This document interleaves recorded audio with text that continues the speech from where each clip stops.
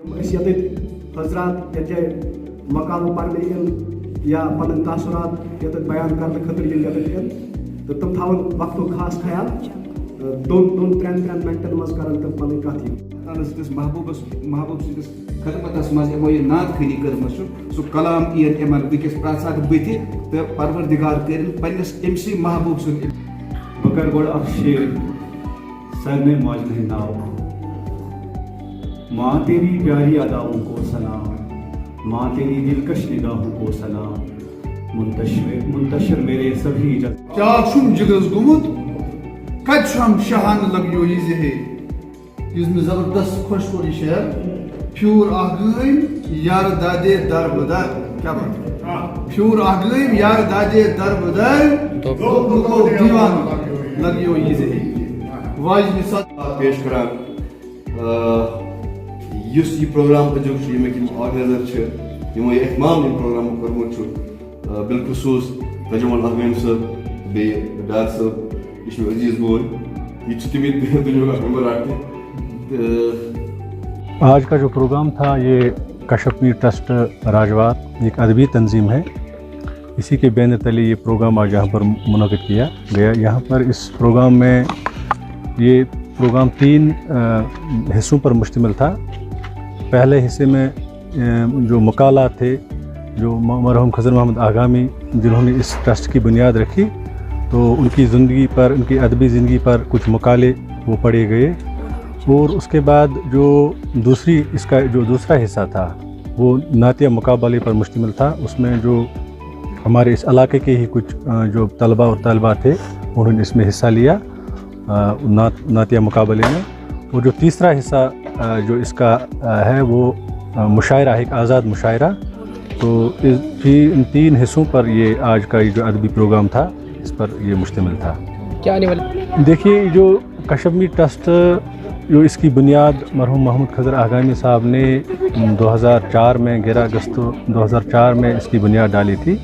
اور اس کے جو مقاصد جو تھے اس کے وہ یہی ہے کہ جو بچوں میں جو کشمیری زبان کے تئیں جو ہمارا رویہ ہے وہ بچوں میں ہم دیکھتے ہیں کہ وہ کشمیری زبان کے بارے میں وہ ان کے اندر ایک گھبراہٹ ہے، وہ ایک شرم سی محسوس کرتے ہیں کہ اگر ان سے کہا جاتا ہے کہ آپ کہیں پر کشمیری بولو.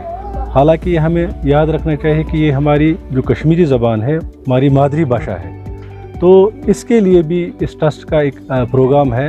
آنے والے دنوں میں ہم جو اسکولوں میں ہم اس ٹرسٹ کے بین تلے ایسے ہی پروگرام ان کا انعقاد کرنے والے ہیں. اور جو ادبی بوسی اور ادبی مجالس ہیں ان کا بھی اہتمام کر رہے ہیں. تو اس کا مقصد یہی ہے کہ ادب کے تئیں ہمارے اندر ایک بیداری پیدا ہو جائے اور شعر و شاعری کا بھی ہمارے اندر ایک ذوق پیدا ہونا چاہیے.